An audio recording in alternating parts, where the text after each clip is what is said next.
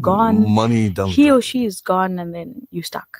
And the sad part of this is a lot of people that have done this have invested their retirement savings. This is true, and it's something that we need to discuss further. And talking about discussing things further, we have the Department of Social Development spokesperson, who's online with us. He's on Facebook, on YouTube, Insider Your Radio as well. So that video is live right now. You could go click onto Radio Al Ansar social media and join us on Facebook, on YouTube. And of course, later on, you could get the podcast on Spotify as well. Child Protection Month it is. The Department of Social Development spokesperson on the program with us as the Minister of Social Development said the statistics of child abuse released in the 2024-2025 financial year is appalling. Talasha sounded the alarm while speaking at the launch of a campaign geared toward Child Protection Month in the Free State on Sunday. The department will be running different campaigns to address challenges faced by children, including abuse, exploitation, and child trafficking. So joining us on the program this morning to discuss this is the Department of Social Development spokesperson, Bathembu Futshane. Good morning and welcome to the Breakfast Rush on Radio Al Ansar. Good morning, Nicahal, man. How's it? All good, and thank you for making time for us. I see you already in the car heading off and getting your day started, but thank you so much for being with us. Our minister recently described the latest child abuse statistics as appalling. Can you provide us with some of the numbers that stood out for you? Look, Nishan, I think I'm hoping that I'm still on camera. Yes. I think the number that stands out is really the headline number, which is 26,000 of our children are currently being abused, with the Western Cape, the Eastern Cape, and KZN leading those numbers. It's a very unfortunate situation because the extent of the abuse, even with those numbers that you have there, those are only the reported numbers. We do not know of the numbers that go unreported. And that's really the bigger concern for us. Because what we are seeing there is only a microcosm of a bigger societal issue that we're trying to deal with. And we know that the majority of those cases go unreported. Children, by virtue of them being so young, don't go and report these cases to authorities because, one, these are happening at their homes, people that they trust. So they don't necessarily see that as abuse when it occurs to them. So it takes a neighbor, it takes the community to stand up and actually report those cases. So when you take that into account, it tells you that maybe the numbers that of the actual incidents is much higher than what we're seeing in the numbers that are currently reported. Being that as it may, the number 26,000 only for one financial year is already quite a big concern. It was 26,000 that are unsafe in their homes. And that's why we've got this campaign going, because one of the things that we are saying in the campaign is that we want children to be safe in their homes. We want children to be safe in communities. We want children to be safe in schools. What types of abuse are most prevalent in the reported cases? Are we seeking or seeing more physical abuse, neglect, sexual exploitation, or trafficking? Look, physical abuse is the highest number. By virtue of it being the most common, because that's where you've got instances of corporal punishment happening.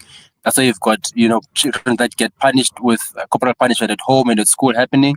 So that's the highest number.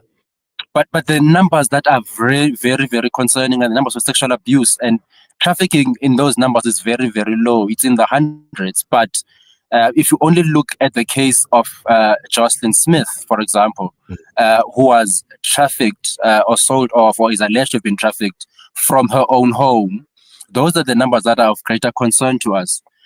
We receive stories of children being followed by strange adults in malls, in shopping places where they're with other children, and people are following them. And those numbers are, in the greater scheme of things, very low in terms of how they are reported. But when you go into social media and you follow those stories, then you realize that the problem is much bigger, even though it's going unreported. And so our Indeed. bigger concern in the department is really to focus, one, on sexual abuse. Really, that's a big concern for us because that's happening at homes. It's happening at schools with adults being perpetrators and so on. So those are the ones that are really of concern to us. As part of Child Protection Month, what specific campaigns is the department rolling out, and what are the main goals? So the main goal is to end violence against children. That's our main goal. This goal we are driving over the next 5 years, between now 2025 up until 2030. We want to ensure that we're eliminating violence against children by that time. The Child Protection Month is part of what we call 365-day campaign on the protection of children, and that is our lead campaign. Part of our activities for this month is that we're going after, now that we've launched it, we've launched a program in the Free State on Sunday. Over the next couple of weeks, we are going to be traveling to your home to KZN. We're going to be traveling to the Eastern Cape. We're going to be traveling to Mpumalanga, Western Cape, as well as the Free State again. Those are 5 of the main provinces where we are seeing the highest incidence of child abuse in all of its forms. As you can see also in the numbers that we shared there with you, that Eastern Cape, Western Cape, KZN are all leading departments. So we're engaging on this awareness campaign. We're focusing on all of our partner departments.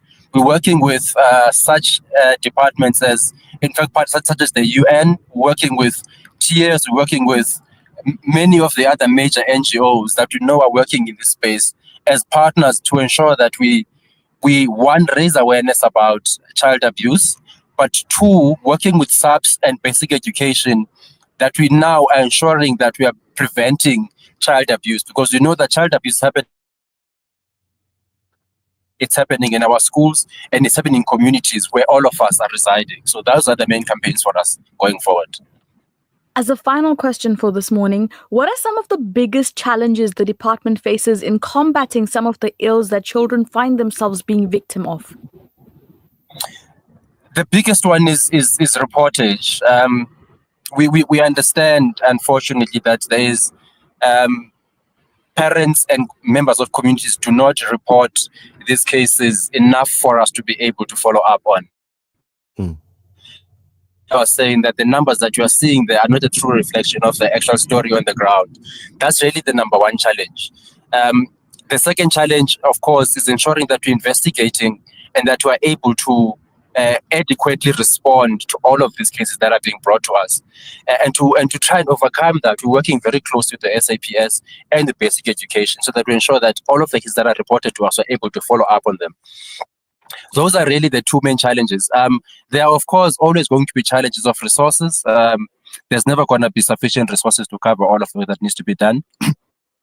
So that's an ongoing challenge, and we've accepted that that's always going to be a fact and reality. And we're trying to find creative ways to meet the resource challenge head on, which is why we're also partnering with NGOs, because those NGOs are already on the ground. They already have people that are there, and they can assist us when we are falling short to meet us halfway and bring us those cases forward. But the one that we really want to drive home is reportage of those cases. Absolutely. The Department of Social Development spokesperson, Bathembu Futshane. Thank you so much, sir, for making time for us this morning and bringing this valuable information to our listeners. We want to wish you and your department all the best in the hard work that you're doing. Thank you very much, colleagues. And thank you for having us and listening to us this morning. Thank you very much. Goodbye. It'll be a pleasure. So that ends the video as well. But let me just say this before you go and click off the video and things like that. Exciting things coming up on the Breakfast Rush from our set of Vodacom stores, in talks with them at the moment for bringing back giveaway, dish out. Looking forward to it. Yeah? Makes you get a little bit hungry, innit? It does, but Hungry for unfortunately, prizes. we're sitting on the opposite side. Yeah. In this respect, it's unfortunate. We get to give it out to you. So watch this space from our set of Vodacom stores. There's a whole ton of prizes that we want to give away by the end of May. There's games coming through to sort of complete May, and then in June we're splitting June, like how you'd cut a birthday cake. We're splitting June like that. So June's gonna be focused on Qurbani, then focused on Youth Month, and then focused on other things and education and all of that from our set of Vodacom stores with massive, massive, lovely prizes. And of course, fun, educational and entertaining at the same time, where we bring the visual aspects back to gaming here on your breakfast rush. So we're certainly looking forward to it, and you should be as well. Phone your friends, tell them about it, and send a message in the family group. We're going to be winning some prizes with Vodacom and TBR again. This is TBR, your morning cup of Joe. The Breakfast Rush, brought to you courtesy